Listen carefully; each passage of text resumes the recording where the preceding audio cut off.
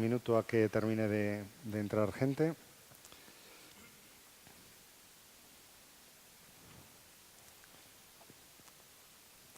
¿O no? Vamos comenzando. Muchísimas gracias a todos los que estáis aquí hoy. Es una hora pues quizá un poco complicada. Seguro que los panelistas anteriores lo han tenido un poco más complicado, ya que he estado justo detrás de la hora de la comida. Y lo primero que quería hacer es dar las gracias e introducir a los 4 panelistas que me acompañan hoy aquí para hablar de este apasionante y novedoso tema, aunque no tan novedoso, que teníamos alguna conversación hace un momento afuera, como es los ecosistemas de datos, el Big Data y también algún elemento alrededor del mismo, como es la seguridad, la confianza. Para empezar, quiero presentar a Rubén Martínez García.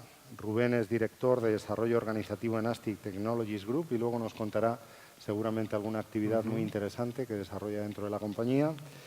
A mi derecha, Belén González Olmos, subdirectora general de Estadísticas de Turismo y Ciencia y Tecnología en el INE. Belén. A mi izquierda, Pedro Manuel Casablanca, director de Operaciones Industriales en Pernod Ricard. Y por último, pero no menos importante, Paco Requena, responsable de Innovación y Smart Factory en SEAT. Bueno, pues sin más, para llegar a este tema que hoy pues quiero tratar aquí con nuestros 4 panelistas, quería enlazar con el contenido del Congreso, que es la Industria 4.0, para hablar dentro de ese marco de los ecosistemas de datos, del Big Data, de la tecnología y también de la confianza y la seguridad. Los que hayáis estado desde esta mañana, seguro que como yo, habéis escuchado mensajes pues bastante motivadores. Uno de ellos que me ha gustado mucho, pues decía que vivimos en un cambio de época, no en una época de cambios. Y bueno, pues esto, ¿cómo lo interpreto? Ahora es el momento y tenemos la oportunidad de acelerar la competitividad de nuestro país, transformando la sociedad en su conjunto, instituciones y la industria gracias a nuestras capacidades y el momento tecnológico en el que vivimos, que es pues claramente la 4ª revolución, con un carácter y una ambición diferencial a todo lo que hemos visto y a todo lo que ha ocurrido previamente en la historia, en el que la tecnología y las empresas tecnológicas juegan un papel fundamental. Es la digitalización la que está provocando esta transformación y todos debemos adaptarnos. Seguro que nuestro entorno más de individuo, más personal, y lo vemos sobre todo en las generaciones donde están ubicados nuestros hijos, pues vemos esos nativos digitales y esas formas en las que ellos quieren relacionarse con todo lo que los rodea. Elementos como la inmediatez que hacen que poco a poco se vaya avanzando hacia una sociedad mejor. Este desafío y esta transformación nos va a provocar pues algunos elementos como simplificar la complejidad de todos los procesos para poder tener información en tiempo real y aplicarlo a sistemas cognitivos. Decía que la industria 4.0 representa la 4ª revolución industrial, es una etapa de cambio constante y en ella las compañías industriales están destinadas a pasar de un enfoque más reactivo pues a un enfoque más predictivo y que tendrá un impacto tremendo. Como de forma personal y también en la compañía que represento, que no es otra que Telefónica, tenemos la visión de la transformación, de esta transformación digital y la industria 4.0. Esto sí es una frase propia, no es de nadie que haya escuchado yo esta mañana. Y a mí me gusta, cuando lo cuento, decir algo así como que trabajamos en convertir o en ayudar a convertir sueños en realidades. En Telefónica y en las empresas tecnológicas lo que hacemos es presentar habilitadores e impulsores de esta transformación digital, teniendo en cuenta que la tecnología está en la base y hoy de lo que vamos a hablar aquí es de un elemento fundamental y es que la información y el dato está en el centro de todo eso. ¿Qué elementos forman parte de esta transformación digital y de la transformación de la industria y en los que Telefónica pues juega un papel determinante porque forma parte de nuestra transformación como negocio y como compañía? Pues en primer lugar, el Internet de las cosas, que es un elemento fundamental dentro de este contexto, los dispositivos, la sensorización y, por supuesto, apoyado en una hiperconectividad que hoy en día ya nadie discute porque lo tenemos en nuestras casas. Tenemos una conectividad de ultrabanda ancha cuando hace 15 años todos teníamos que encender el módem para conectarnos a la red de redes. Hemos hablado, y creo que ha habido alguna referencia esta mañana, a las redes móviles y a la nueva conectividad. Lo comentó nuestro presidente con el 5G y un elemento fundamental dentro de la industria como es la baja latencia en elementos tan importantes como los sistemas en tiempo real, como podría ser, por ejemplo, un coche autónomo. Pero toda esta aceleración de la conectividad, del Internet de las cosas, las nuevas capacidades de computación, la virtualización y el cloud computing nos lleva al uso de toda esta información en plataformas, en tecnologías que, si bien han estado presentes y han apoyado a la toma de decisión y a los procesos en todas las organizaciones, hoy en día tienen características diferentes y eso es lo que llamamos el Big Data. El dato es el elemento común en todo ello y en estos modelos, pues bueno, está la gobernanza, la gestión del dato como un elemento fundamental.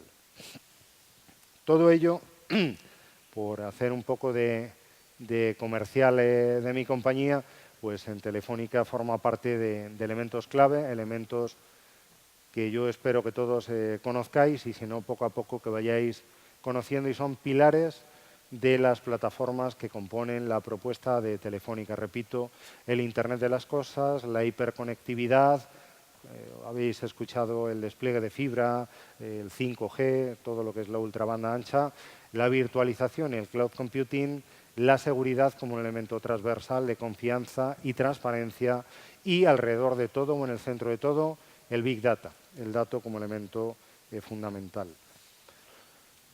¿Qué es para mí el Big Data dentro de la industria 4.0? Pues comentaba hace un momento que todos en nuestra organización hemos utilizado sistemas de apoyo a la decisión y grandes volúmenes de información, pero a día de hoy tenemos un reto diferente y estamos todos habituados y sobre todo la gente más joven a tener todo en tiempo real.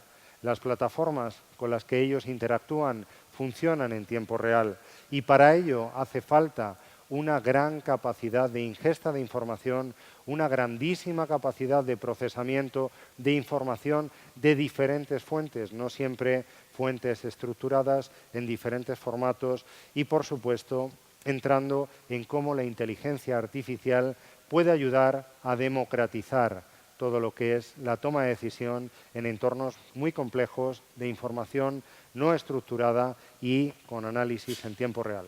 Y para mí, todo eso, igual que en otros sectores, está presente. Es en la industria donde tiene su máximo exponente y, bueno, pues algunos de los integrantes que están aquí seguro que lo conocen con mucha más precisión que yo, pero en una cadena de fabricación es donde la sensorización es absolutamente clave, se generan infinitos volúmenes de información que hay que trabajar en tiempo real con una capacidad de computación casi infinita y es ahí donde entra el Big Data como un elemento clave. Por tanto, para mí, si hay algún entorno, algún sector singular en todo esto del Big Data, con independencia que en todos ellos aplica en múltiples aspectos, es todo el sector industrial y el manufacturing. Y seguro que todos los que estáis aquí estáis viendo todos los días o todas las semanas lo que ocurre en todos los sectores dentro y fuera del sector industrial y no hablo de otra cosa que todo lo que hay alrededor del ciberdelito, de la resiliencia, de la seguridad de la información o la ciberseguridad, como lo queréis llamar. No es algo nuevo en los entornos de las tecnologías de la información, pero sí es algo en lo que hay que estar cada vez más atento desde el diseño en todo el entorno industrial y en todo aquello en lo que la información y el dato es algo fundamental.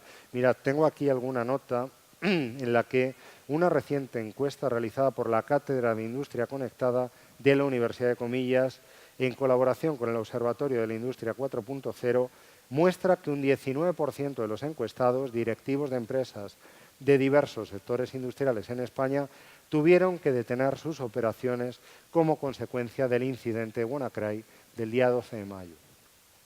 Y este incidente no deja de ser algo unitario, si queréis, incluso anecdótico y para nada dirigido. Pero, de nuevo, y desde mi compañía y en clave personal, lo entono con más fuerza, no entiendo el paradigma de la industria conectada, de la industria 4.0, sin tener en cuenta la resiliencia y la ciberseguridad desde el diseño y como un elemento fundamental. Esto también dará pie a alguna pregunta en el ámbito también de la confianza que tiene que tener pues todo el cliente y el consumidor en definitiva, que es el último al que todos los bienes de consumo le llegan dentro de la industria conectada. Y sin más, con esta introducción, pues paso ya a realizar pues 3 preguntas. Voy a pedir, espero yo no haberme extendido demasiado, voy a pedir también a los panelistas pues que por el bien de todos los que estamos aquí, pues que tengamos una respuesta sobre todo acotada en el tiempo, porque muchas de ellas pueden dar lugar a bueno, pues una extensión muy grande. La primera es para los 4 y comenzaremos en el orden de izquierda, de vuestra izquierda a vuestra derecha o de mi derecha a mi izquierda. Cursa sobre la importancia de los datos en la transformación y es muy sencilla y, por tanto, ambiciosa en cuanto a lo que puede ser la respuesta. ¿Cuál es vuestra visión de la importancia de los datos en la transformación de la industria hacia la industria conectada 4.0? ¿Cuál es tu visión sobre la trascendencia de las tecnologías de Big Data y su impacto en esta transformación de las organizaciones? Impacto organizativo, en eficacia, en eficiencia. Comenzamos por ti, Rubén. Vale. Hola, muy buenas tardes, lo primero, y agradecer a Telefónica la invitación y poder participar dando nuestra visión. Respondiendo a la pregunta de la importancia del Big Data, pues no tenemos nada más que pensar si esta es la industria 4.0, la cuarta revolución industrial. En anteriores casos, en la segunda revolución industrial, el motor fundamental era el petróleo. Entonces, el dato o el Big Data pasa a ser el petróleo de esta cuarta revolución industrial desde nuestra visión. Sin ese dato no hay movimiento. Entonces, pasa a tomar un carácter estratégico y así se está entendiendo en los principales países donde esta estrategia está avanzando más rápidamente, como son plataformas como la alemana y la americana, en la que el Big Data toma una especial importancia. Si no lo entendemos así, sin Big Data, sin datos, no va a haber industria conectada ni va a existir esa conexión. Entonces, es importante que lo primero que asentemos es qué fuente de alimentación vamos a tener y todo se alimenta a través de esos datos. Entonces, para nosotros es fundamental, porque esos datos van a generar los nuevos modelos de negocio, nuevas formas que a día de hoy no nos imaginamos de trabajar, etcétera. Pues muchísimas gracias. Belén. Bueno, buenas tardes y como mi compañero quiero agradecer a Telefónica la invitación por estar aquí. Yo hablo como productora de datos, yo vengo del Instituto Nacional de Estadística y nuestro objetivo y nuestra función es producir datos. La estadística oficial tiene un firme compromiso con la calidad. Todas nuestras encuestas y toda la información e indicadores que producimos siguen el Código de Buenas Prácticas Europeos. Este código tiene 15 principios. ¿Y qué puedo decir del Big Data? Nosotros, desde que empezamos a oír la palabra Big Data, vimos en qué nos podía ayudar para producir mejor información, que esta información se pueda traducir en conocimiento para la sociedad, para las empresas, para nuestros políticos. Y creemos que sí, que el Big Data puede ayudarnos a dar una información mucho mejor y que la industria con esta información pueda aplicar mejores estrategias, mejores decisiones. Nosotros, como os decía, la información siempre buscamos esa calidad, pero creemos que el Big Data, toda la información complementaria que podamos obtener, registros administrativos, pueden mejorar la información que nosotros ahora mismo damos. Por ejemplo, dentro de estos principios tenemos la reducción de carga a los usuarios, a los informantes. Otro principio es la puntualidad. Otro principio es la eficiencia. Pues somos conscientes y estamos haciendo estudios piloto, que luego más adelante os contaré, que con información complementaria de otras instituciones podemos dar información mucho más puntual, inmediatamente, como comentaba José Luis hace un rato. Podemos dar esta información muchísimo más completa, mucho más desagregada, y lo que va a permitir a cualquier político para poder aplicar una política, cualquier industria para mejorar su estrategia, tener una información mucho más completa.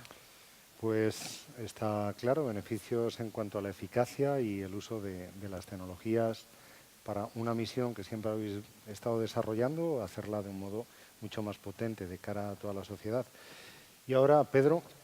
Pues buenas tardes y también agradecerte la oportunidad. Creo que soy la primera, somos el lado de la industria nosotros, ¿no? Ellos son el integrador, puede ser, y también el facilitador, el creador. Yo, tratándose de un sector maduro, como es el sector en el que trabajo, os diría que Big Data representa la posibilidad de ser sostenible y competitivo en el tiempo, dicho de otra forma. A una mayor competitividad, con lo único con lo que podemos responder realmente es con la mejora de servicio. Y eso nos obliga a una integración a unos niveles a los que no habíamos llegado antes, a una velocidad de reacción pues muy alta y sobre todo a una adecuación a los múltiples, y hablo de mi caso particular, son 60 mercados a los que estamos exportando y es casi información en tiempo real de lo que estamos haciendo. Aunque suene un poco paradójico, toda esta organización, a nosotros, después de 3 años de un proyecto muy intenso, lo que se nos está materializando es la eliminación de las jerarquías, de alguna forma, democratización de la toma de decisiones y la necesidad de formación intensa de todas esas personas que ayudan a elaborar ese producto final. Pues súper interesante lo que comentas y muy compartido. Yo también, por dar una pincelada, esa democratización la he visto en mi compañía como algo viral. Ante la primera resistencia a ofrecer tu información, en el momento que ves el beneficio de ponerlo en una plataforma compartida, pasas de ecosistemas de decenas de usuarios a centenas y a millares. Me gusta. Y ya por último, Paco, que estás en la fábrica. Vale. Cuéntanos cómo ves tú esta importancia del Big Data en la transformación de la actividad de... Vale, lo primero, por supuesto, también retirar el agradecimiento por la invitación. Ya se ha dicho hoy mucho sobre estas cosas, ahora mismo también. A mí me gusta tratar de simplificar las cosas. Entonces, cuando hablamos de IoT, podemos encontrar muchísimas definiciones. A mí me gusta definir el IoT, no es que lo haya inventado yo esta definición, ¿vale? Pero me gusta llamarlo como dotar a las cosas de inteligencia. Eso es IoT. Y aquí se ha hablado ahora mismo del concepto de democratización.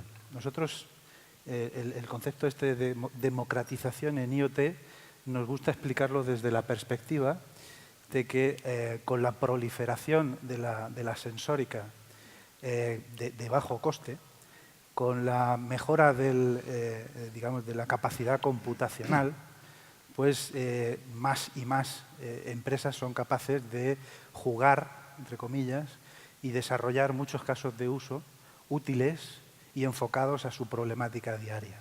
Eso hace un tiempo no era tan fácil, ¿de acuerdo? Desarrollar una aplicación basada en sensórica requería de mucho tiempo y de mucho esfuerzo. Hoy en día ya no lo es tanto, ¿de acuerdo?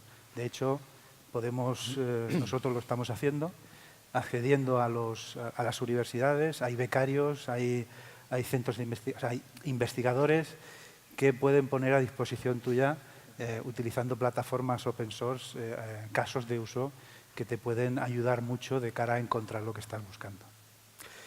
En el campo de Big Data, de la analítica, digamos, a un nivel más alto de abstracción, para nosotros la pregunta era si esto de los datos es o no es una palanca, ¿no? Es vital. O sea, si queremos transformarnos, tenemos que utilizar lo que decían, los datos como una materia prima. En ese caso, nosotros ya estamos empezando a jugar, ¿vale?, con el análisis cognitivo.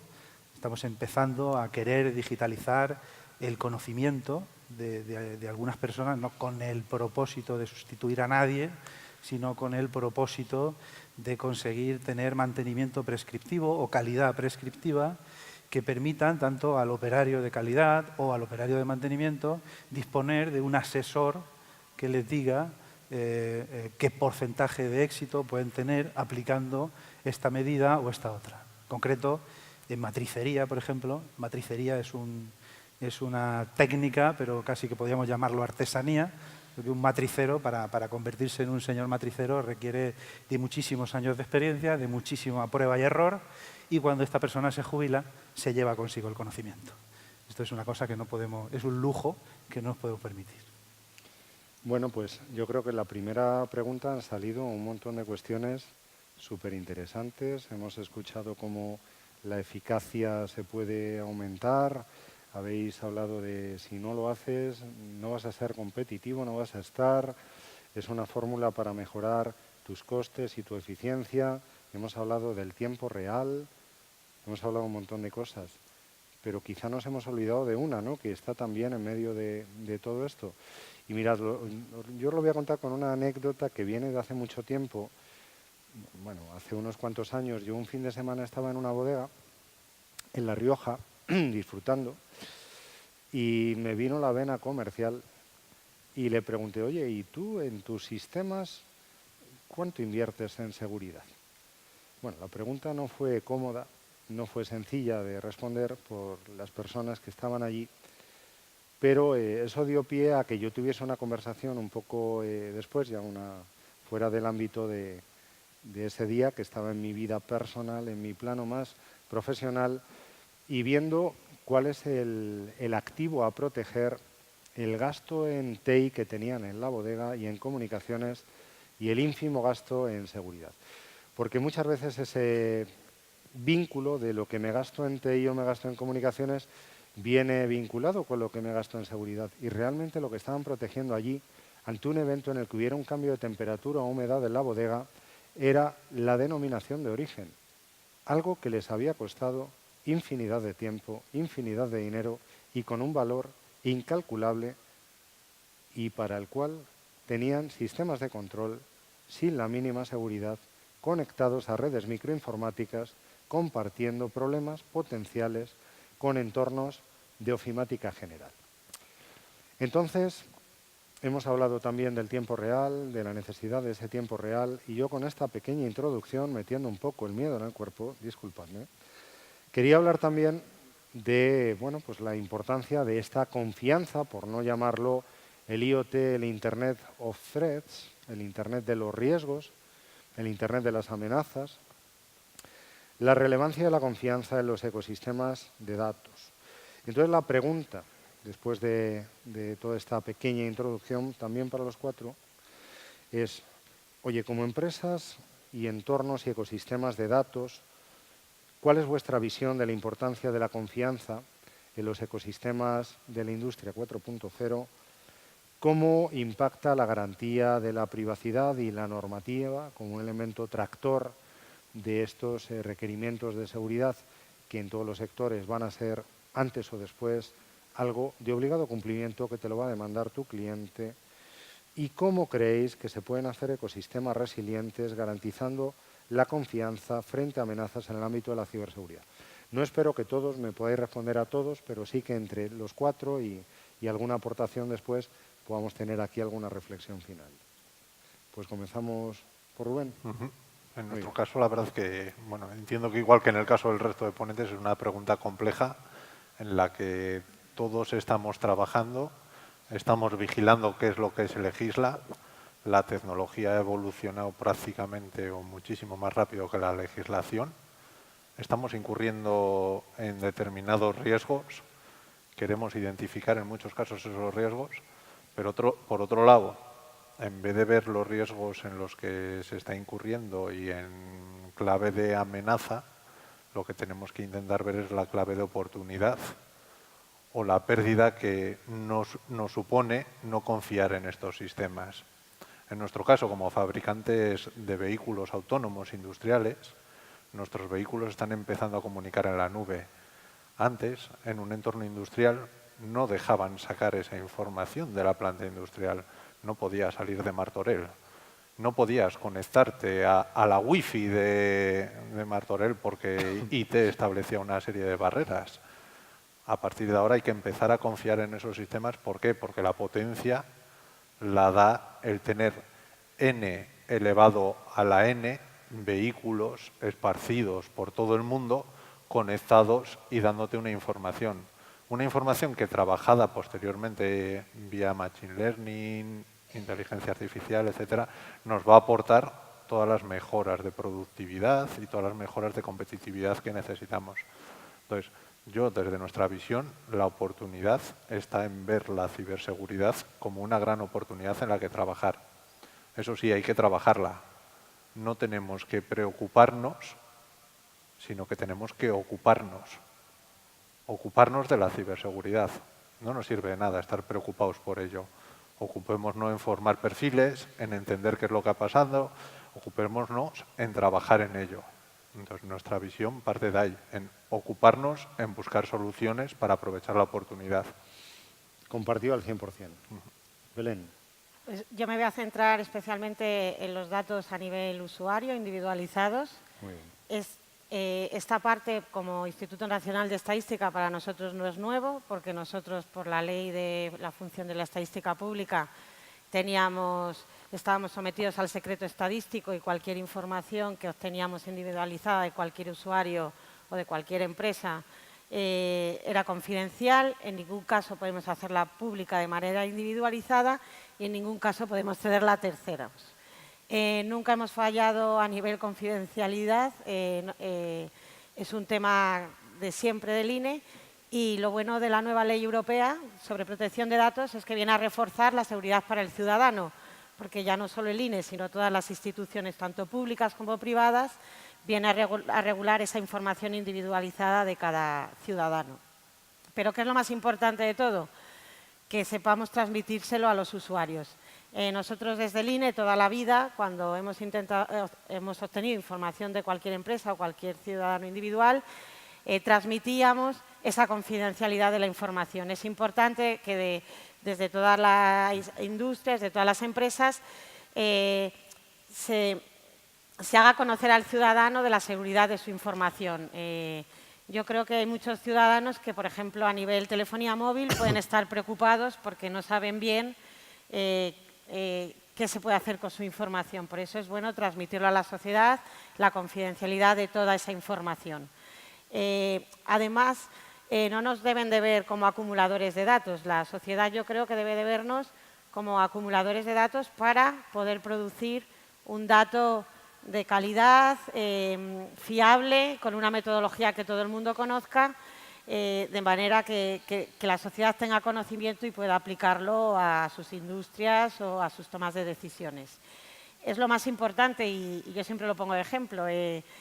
Los individuos y quien nos da la información es nuestra gallina de los huevos de oro. Si nos cargamos la confianza de los usuarios, de las personas y no tenemos su información, no podemos producir datos, no podemos producir conocimiento para la sociedad. Por tanto, es muy importante transmitir esta seguridad y que todo el mundo lo conozca. Pues a mí me ha encantado y es más. Es que yo a partir de ahora voy a dejar de hablar de seguridad para hablar de confianza y transparencia, que es lo que tú has dicho. Y Pedro, ¿cuál es tu visión al respecto? A mí me gustaría añadir un matiz sobre esto, porque evidentemente podríamos hablar de segregación de entornos industriales, podríamos hablar de muchas cosas, pero muchas veces, y lo digo por nuestra experiencia, nos hemos encontrado con la aplicación de normativas a la hora de desarrollar nuevos negocios. Y esto no se trata de adaptarlo a lo que hace, sino, por ejemplo, poner en valor los datos de cientos de miles de personas que durante todos los veranos asisten a festivales y de los cuales nosotros pues, obtenemos información de sus gustos, de sus hábitos, y sobre eso definimos promociones y mantenemos un contacto fluido con ellos. Eso, a su vez, a nosotros nos sirve para saber qué es lo que se va a demandar, qué es con lo que vamos a programar y qué es con lo que vamos aplicando algoritmos a poder determinar cómo corregir una promoción, una fabricación. Dicho esto, ¿qué es lo que nos preocupa? Evidentemente cumplir con todo el aspecto normativo, pero lo que descubrimos cada vez que iniciamos un proyecto de esta naturaleza, que es monetizar, realmente dar valor a los datos que son de ese origen personal, es la complejidad de mantener todo eso internamente en la casa alineado, ¿vale? Y que evidentemente la normativa no cambia todos los días, pero cuando cambia te pone todo patas arriba. Y la organización tiene que estar muy orientada y muy sensibilizada hacia todo esto, porque es muy fácil que una persona de un departamento determinado, de no mediar la formación, los medios y la plataforma controlada, pueda manejar datos de la forma en la que tú no esperas que se lleve a cabo. Señor. Sí, señor. Sí, porque muchas veces es cierto que los que hablamos de seguridad, hablamos mucho, por supuesto, de la regulación, de las normas y de la concienciación, pero sin un sistema de controles automáticos, llegar a pensar en la buena voluntad parece poco del siglo en el que vivimos, ¿no? Y para finalizar, si me permites, y aquí no hay nadie de la agencia tributaria, creo, pero tengo que hablar de ellos, todas nuestras operaciones por el sector donde nos movemos están de alguna forma validadas contra la agencia tributaria en tiempo real. Cada vez que se mueve una carga de un camión con un destino, bien sea nacional o internacional, ese camión es identificado con su componente, con su carga, con su valorización, etcétera. Ese código viaja a todas las haciendas europeas. Ese código viaja también a la Guardia Civil, que es la que puede parar el camión en una carretera y movilizarlo. Os digo esto porque el nivel de interacción, el nivel de integración y el nivel de transparencia o fiabilidad en esas plataformas a nivel de certificados y a nivel de, evidentemente, formas de trabajo, pues es muy demandante, por decirlo alguna palabra. Llevamos trabajando 2 años como piloto con la agencia tributaria, adelantándonos a una obligatoriedad de hacer esto para evitar todo el papel. Y lo que os puedo decir es que, evidentemente, cuanto antes des el salto en todas esas dinámicas, pues mucho mejor. ¿Se me ha roto el micro? No.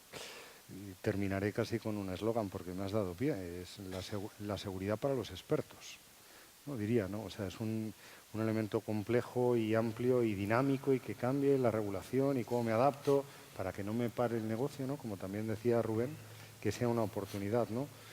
Bueno, ahí dejo esa reflexión y pasamos a ti, Paco. ¿Cómo lo ves? Vale, me das pie, ¿no? Acabas de decir que no eres un experto, ¿no? Yo tampoco soy, o sea, que la seguridad es para los expertos. Yo no soy un experto en ciberseguridad, no puedo añadir más sobre este tema de lo que han dicho ellos, pero sí que me gustaría hablar del mensaje en positivo de que las fábricas deben de abrirse, ¿de acuerdo?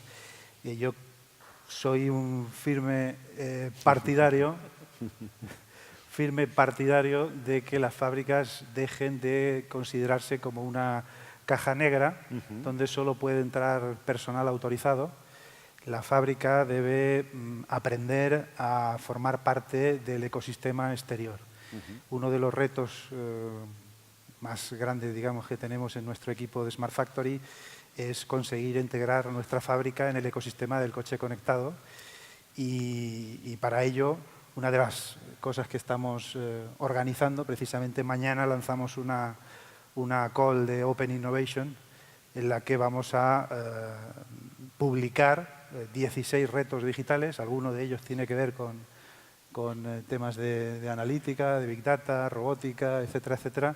Precisamente por lo que queremos es atraer talento a la fábrica que nos ayude a desarrollar todos estos retos, todos estos proyectos, y no queremos explicárselo con un PowerPoint, queremos acompañarlos en la fábrica, in situ, enseñarles dónde está el reto, hasta dónde hemos llegado, hasta dónde queremos llegar, y que lo toquen y que lo huelan y que lo sientan como uno más del equipo. Bueno, pues ¿cómo vamos de tiempo? ¿Vamos bien? ¿Levantaba la mano? ¿Levantáis la mano? Bueno, oye, no hemos terminado, pero si luego terminamos, si da tiempo y si todos lo veis oportuno, pues incluso podemos dejar aquí un espacio para preguntas. Volvamos al Big Data. Y yo ahora me veo en la obligación de preguntaros por algo más concreto y comenzaré por Rubén. Ya es una pregunta más individual. Rubén, ¿cómo la inteligencia basada en los datos está permitiendo transformar los servicios que ASTI presta a sus clientes? Vale. Hay que. No, exacto, casi nada. Como os decía antes, o sea, nosotros en ASTI hacemos robótica móvil, ¿vale? Antiguamente se llamaban AGV, que son Automatic Geared Vehicles, es decir, carretillas sin conductor que transportan de un punto a otro. ¿En qué es lo que está transformando el Big Data o hasta dónde hemos llegado? A día de hoy, gracias a la colaboración también con Telefónica, hemos dotado a nuestros vehículos de un dispositivo M2M, que con ese dispositivo salimos a la nube, a una plataforma Azure, donde realmente se van los datos que llevamos de nuestros vehículos. Allí ya tenemos una serie de KPIs, de indicadores que nos permiten monitorizar todos los vehículos que tenemos a nivel mundial. A partir de ahí, ¿qué es lo que tienes? Pues la famosa Big Data de la capacidad de análisis de toda esa información. Cada cuánto se desgastan las ruedas, cada cuánto puedes hacer un mantenimiento predictivo, adelantarte a posibles averías y conseguir así no parar a nuestros clientes. A día de hoy hemos conseguido llegar a un mantenimiento predictivo previo gracias a esta conexión de los vehículos en la nube y sacando esta información. A día de mañana, ¿dónde podemos llegar con toda esta información? Pues lógicamente algo que pues mis compañeros de aquel lado estarán encantados que algún día se pueda llegar a ofrecer y tener, que es el famoso pago por uso, pero para un bien industrial. Es decir, si yo una GV, en vez de venderlo, comercializarlo con un PVP y pasar automáticamente, puedo ofrecer el servicio de transporte, automáticamente cuando produzco, cuando hago un movimiento, facturo. Si no hago movimiento, no facturo. ¿No? Exactamente igual. O sea, cuando yo lo asemejo muy fácil de entender, porque como a todos nos gusta más, nos pilla más de cerca, el vehículo autónomo, ¿no? Todos nos predicen que en el futuro no vamos a comprar coches en propiedad, van a estar disponibles, vamos a ir, nos vamos a montar en un coche, le vamos a usar para venir de Burgos a Madrid, me bajo, le dejo y luego cojo otro coche y pago, digamos, por ese trayecto, ¿no? De forma autónoma. Pues exactamente lo mismo, llamémoslo a un nivel industrial y para en lugar de transporte de mercancías, en lugar de transporte de personas, transporte de mercancías. A día de hoy, digamos, el beneficio que estamos dando le damos a nuestros clientes consiguiendo un reliability de un 98,5% de nuestros AGVs de funcionamiento gracias a ese mantenimiento predictivo, pero a día de mañana se podrá llegar un paso más lejos y tener mayor beneficio todos de ello. Pues muchísimas gracias y encantado de poder acompañaros en ese camino interesante. Belén, ¿en qué casos de uso estáis trabajando donde se pueda analizar la contribución de las tecnologías de Big Data para la optimización de la inteligencia de los datos? Bueno, nosotros en el INE una de la información que damos es sobre el turismo y damos información sobre los turistas no residentes en España que entran en España, sobre cuánto gastan los turistas en España y sobre el número de viajes que los residentes en España hacen. Esta información la tenemos mensual y nuestro objetivo siempre es pues, poderla dar lo mayor desagregada posible, lo más puntual posible y con la mayor precisión posible. Hablamos con Telefónica porque sabíamos que ellos, con la información que obtiene de su telefonía móvil, podía tener una información, no sabíamos igual, complementaria a la información que nosotros disponíamos. Entonces hicimos un estudio piloto con la información que Telefónica disponía para ver qué información tenían, si era similar a la nuestra, no tenía nada que ver, si estábamos midiendo cosas similares. Y los resultados que obtuvimos de esta información pues nos ha proporcionado una visión muy buena de cara al futuro y de poder usar Big Data, porque aunque efectivamente en el primer paso hemos encontrado diferencias entre nuestros datos y los de Telefónica, son diferencias sistemáticas que siguen un mismo patrón, por tanto, podrían converger. ¿Qué es lo que nos hace, qué concluimos de este estudio y cuáles creemos que deben de ser los pasos futuros? Pues vimos que lo más importante de todo es una colaboración público-privada en la que consigamos armonizarnos, consigamos armonizar metodologías de manera que no confundamos al usuario, porque ahora hay mucha información, mucha gente podemos dar datos, pero si los datos no son iguales, lo único que podemos crear es confusión al usuario. Por tanto, sería muy interesante poder complementarnos, poder dar información complementaria a las instituciones, siempre de manera armonizada para no confundir al usuario, con unas metodologías transparentes que todo el mundo pudiera conocer y tuviéramos una colaboración público-privada de la gestión de toda esta información. Pues muchísimas gracias y pasamos a Pedro. Pedro, como empresa industrial habéis desarrollado un modelo de innovación que ha supuesto una considerable mejora en vuestros procesos, contabas antes, en vuestros centros de producción. ¿Cómo habéis aplicado o cómo ha sido de fundamental el Big Data, esto de ser una empresa data-driven para ello? Aquí, bueno, los compañeros de la cátedra de Industria de ICAI y la plataforma para la Industria 4.0 conocen la historia, entonces yo voy a intentar ser muy breve, pero deciros que hace alrededor de unos 5 años llevamos a cabo un estudio que realmente hablaba sobre la viabilidad de una planta. Ese estudio, llevado a cabo por una consultora noruega, básicamente lo que hacía es pues, destripar todo lo que había sido la actividad industrial y eso pues, lleva a un nivel de atomización tremendo. Eso llevarlo a 5 líneas de embotellado, con 2 turnos cada línea.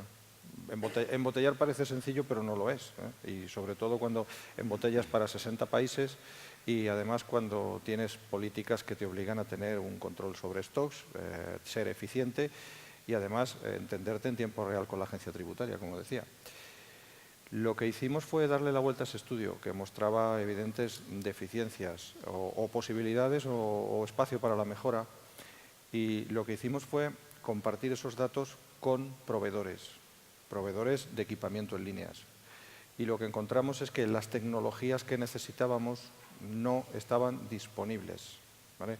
Esta fábrica tiene, y yo tengo el orgullo de deciros que es la primera fábrica del mundo, no en su sector, sino en el mundo, que desarrolló el concepto de eslivado en alta velocidad en una línea de embotellado. ¿Y eso qué significa? Eso significa transformar la industria, con una consecuencia, que el proveedor que hacía eso no pudo adaptarse y desapareció. Y nosotros absorbimos su tarea, pero optimizando la colección de stocks y los tiempos de servicio. Esto que parece tan fácil no es fácil, porque nos llevó 3 años. Durante todo ese tiempo lo que hicimos fue compartir información, educar también a nuestros proveedores en nuestros estándares y al mismo tiempo aprender de los suyos para lograr trabajar de esa forma combinada. Ahí desarrollamos el hábito. Entonces, lo que hemos hecho a continuación es trabajar de forma que todo ese catálogo, ese universo de datos, se parezca lo más posible a una colección organizada. Y ahora con lo que contamos y como nos ha ayudado esta transformación basada en datos es tener un control desde el momento en el que pesamos un camión o lo recepcionamos en el puerto de Valencia hasta el momento en el cual expedimos la mercancía a un mercado como Japón y tener trazabilidad, puntos de control y puntos también de coste y de eficiencia. Eso es complejo y aquí también quiero decir una cosa. En algunos momentos lo que nos hemos encontrado es en soledad por no saber cómo avanzar o cómo desarrollar. Y creo que es algo que realmente merece pensar. Hemos ido, no os podéis imaginar, a cantidad de sitios. Yo he tenido la oportunidad de plantear problemas en una base teórica a gente del MIT Sloan, donde estudié, y lo que me han dicho es que es súper interesante, pero que no había nada que yo pudiera llevarme debajo del brazo desde el aeropuerto de Boston a Madrid. Entonces, educación, lo comentaba al principio de mi intervención, paciencia, porque no todas las empresas, en base a esa extracción, a esa explotación del dato, van a tener en el mismo tiempo el resultado. No se trata de invertir, también quería ser claro de esto, se trata de hacer cosas con un yo le llamo plan director, ¿no? Un largo plazo. Y sobre todo, tener en cuenta que lo esencial aquí de esta transformación es la gente. A nosotros nos ha cambiado en la forma en la que Por ejemplo, y hablando de ese principio de democratización, los responsables de los turnos son rotatorios, los responsables de las líneas de embotellado también, y todos han tenido que ser necesariamente educados en esa pantalla que ahora, a pie de línea, les va dando información en tiempo real de rendimientos, de paradas, y les dice qué es lo próximo que viene y cómo lo que están haciendo se compara con las últimas órdenes de embotellado. Esa es un poco la transformación. Hablo de un sector maduro, porque es un sector maduro, pero en el que se pueden hacer muchísimas cosas, como en el resto de sectores. Pero creo que todo pasa por ese ser realista. Pues todo un reto lo que nos has contado, ¿no? De estar desmontando algo a ponerlo arriba del todo, ¿no? Eso sí que es transformar. Paco, vamos a terminar contigo y yo creo que lamentablemente ya no vamos a tener tiempo para que pueda haber ninguna pregunta. Paco, el entorno de Smart Factory es uno de los principales para la industria 4.0 y es uno en el que primero se observan las ventajas. ¿Cuáles son de forma práctica esos casos de uso que estáis implementando y qué resultados estáis obteniendo? Bien. Cuando hablamos generalmente de innovación, normalmente la gente siempre comienza hablando de tecnología, ¿de acuerdo? Sin embargo, es lo que nosotros denominamos la teoría de la cáscara. Para nosotros la cáscara es la tecnología, lo importante es lo que hay dentro. Y lo que hay dentro son las personas. Esto que suena muy bien, ¿de acuerdo? Tiene una justificación muy clara. Ahora mismo todo esto de la transformación digital es como una ola gigante, un tsunami, que te lo puedes tomar como que te quedas quieto esperando a que pase por encima y a ver qué pasa. Lo que pasará seguramente no será bueno. O puedes tratar de utilizar el impulso de esta ola subiéndote a ella y tratando de liderar lo que va a pasar. Yo creo que no existe todavía ninguna empresa que en temas digitales lo haya hecho absolutamente todo y a la que haya que seguir y copiar, sino más bien lo que hay es una serie de valientes que se atreven, se suben a la ola, empiezan a surfear, se van cayendo, se van levantando y van descubriendo lo que hay que hacer. En este sentido, lo que tratamos de hacer desde mi departamento, desde el Departamento de Innovación y Smart Factory, es generar una cultura de innovación que basamos principalmente en dos ejes. Uno ya lo he explicado antes, que es buscar la generación de ecosistemas, y otro sería el focalizar la innovación realmente en los problemas de la gente. No empezar a jugar con tecnología, empezar a traer aquí tecnología. Como bien ha dicho antes el ponente del CEO del Leroy Merlin, si habéis tenido la oportunidad de estar, habréis disfrutado como yo, porque coincido prácticamente en todo lo que decía. No se trata de innovar por innovar, sino se trata de focalizarte en lo que las personas quieren. Pero personas que llevan toda la vida haciendo las cosas de una determinada manera, por el hecho de que tú le presentes un PowerPoint, no van a cambiar completamente de mentalidad y te van a decir exactamente lo que necesitan. Hay que hacer un proceso de transformación que hay que acompañarlo, hay que definir una estrategia digital detrás de esto y hay que ir regando esa estrategia para que germine. En ese sentido, contaré un caso de uso, que de momento no es un gran caso de uso, que podría derivar en un gran caso de uso, pero que a través de estas sesiones, digamos, que llamamos de evangelización digital, vamos explicando a la gente, operarios, ya sean de producción, de mantenimiento, de logística, de cualquier área, les vamos explicando en qué consisten las tecnologías y de ellos van saliendo ideas. Una de las ideas que salió, pues realmente no salió una idea, sino salió un problema. El problema era, pues, por ejemplo, cómo trazar contenedores en logística. A raíz de eso pensamos que quizá podríamos poner sensórica en los contenedores y generar datos que nos pudieran servir para algo. Bueno, pues conjuntamente con unos becarios y con algunos de nosotros hemos desarrollado un dispositivo con Arduino que nos permite detectar cuando un contenedor recibe un golpe y nos dice la fuerza del golpe, la hora y el lugar donde se ha dado.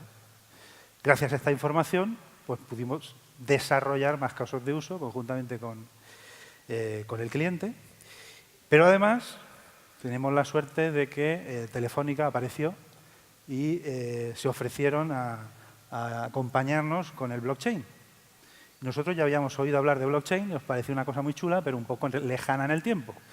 Sin embargo, nos hemos puesto conjuntamente con Telefónica a indagar a ver si con blockchain podíamos generar algún tipo de smart contract que nos permitiese poder trazar esa casuística, ¿no?, que puede pasar y evitarnos pues, problemas de discusión con el proveedor, si realmente se ha caído, si no se ha caído el contenedor, poder mejorar, poder indicar exactamente dónde pasa eso para poder descubrir cuál es el origen de ese golpe, etcétera, etcétera. De momento estamos jugando como aquel que dice, pero yo creo que esta es una manera de surfear esa ola y de poder llegar a buen puerto, nunca mejor dicho. Pues nos acercamos al final, qué pena.